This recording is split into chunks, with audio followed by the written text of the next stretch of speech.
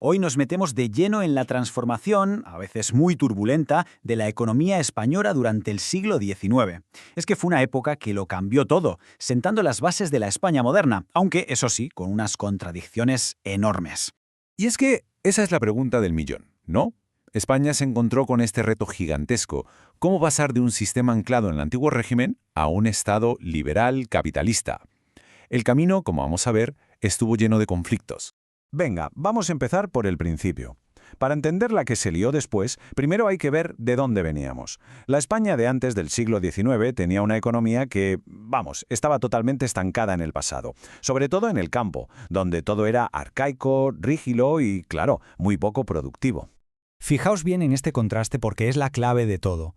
A la izquierda, el antiguo régimen. La tierra estaba bloqueada en lo que se llamaba las manos muertas. Pertenecía a la nobleza, a la iglesia, y no se podía vender. Estaba fuera del mercado. Y eso, claro, frenaba cualquier progreso.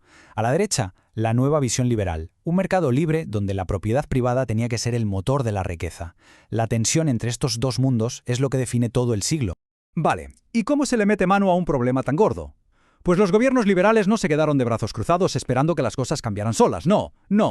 Impulsaron una auténtica revolución desde el poder para darle la vuelta por completo a la estructura de la propiedad de la tierra.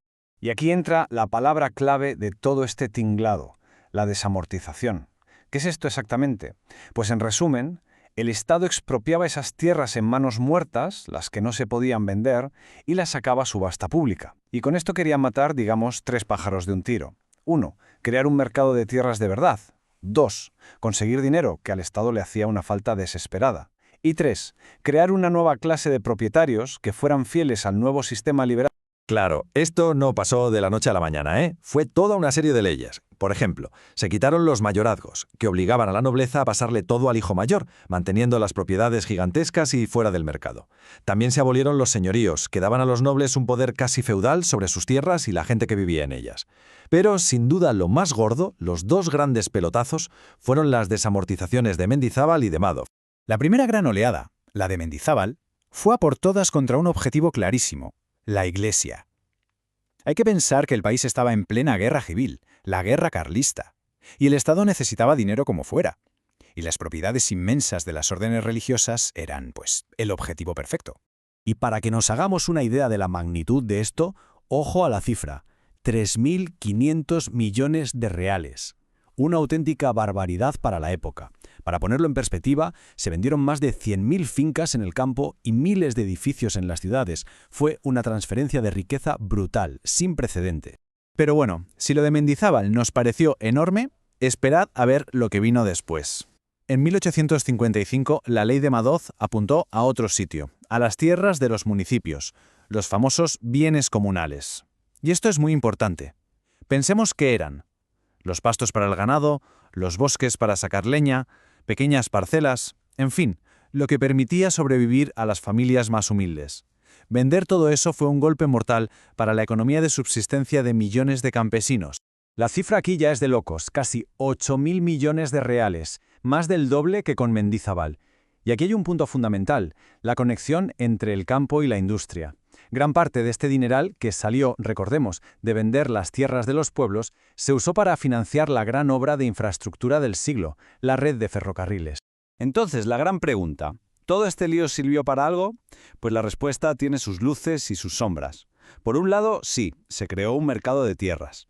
¿Pero quién las compró? Pues los ricos de siempre y la nueva burguesía.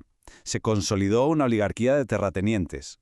Para los campesinos fue un desastre, perdieron el acceso a las tierras comunales y se vieron abocados a la miseria. Esto generó una conflictividad en el campo que duraría un siglo. Y lo más irónico de todo, la agricultura apenas se modernizó. Los nuevos dueños preferían seguir con lo de siempre en sus fincas enormes en vez de invertir.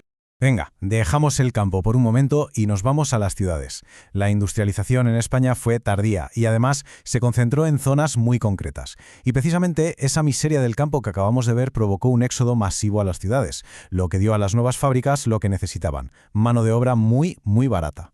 Y el primer motor que arrancó, pero con muchísima fuerza, fue la industria textil catalana. Gracias a una burguesía muy emprendedora, se apuntaron rápido a las nuevas tecnologías, como la máquina de vapor.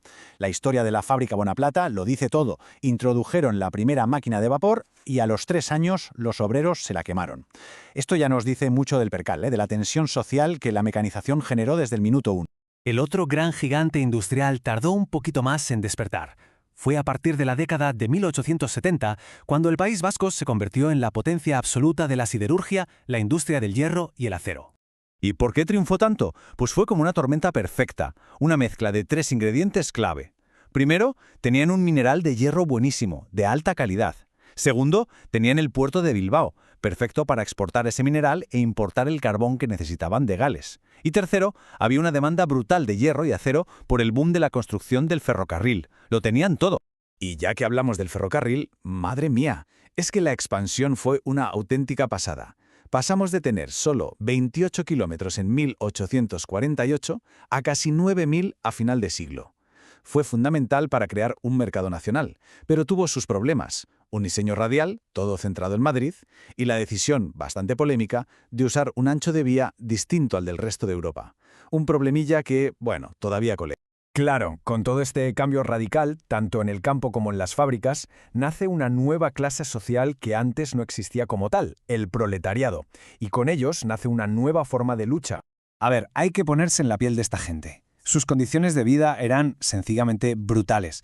Jornadas de más de 12 horas, salarios que apenas daban para malvivir, fábricas y minas súper peligrosas sin ninguna ley que les protegiera, ni bajas por enfermedad, ni seguridad, nada.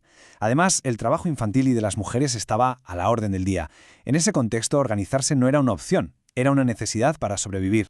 Y ante esta situación, el movimiento obrero en España se organizó en torno a 2 grandes corrientes, 2 ideas muy distintas.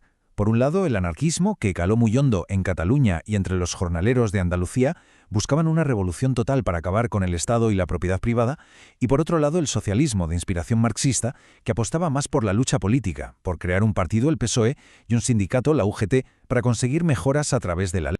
Y la respuesta del poder, del Estado, a esta organización de los trabajadores, pues fue casi siempre la misma: represión y a lo bestia. El caso de la Mano Negra, en Andalucía, es el ejemplo perfecto de cómo se inventaron una conspiración de la nada para poder machacar a los anarquistas y a los jornaleros, que lo único que pedían era un poco de justicia.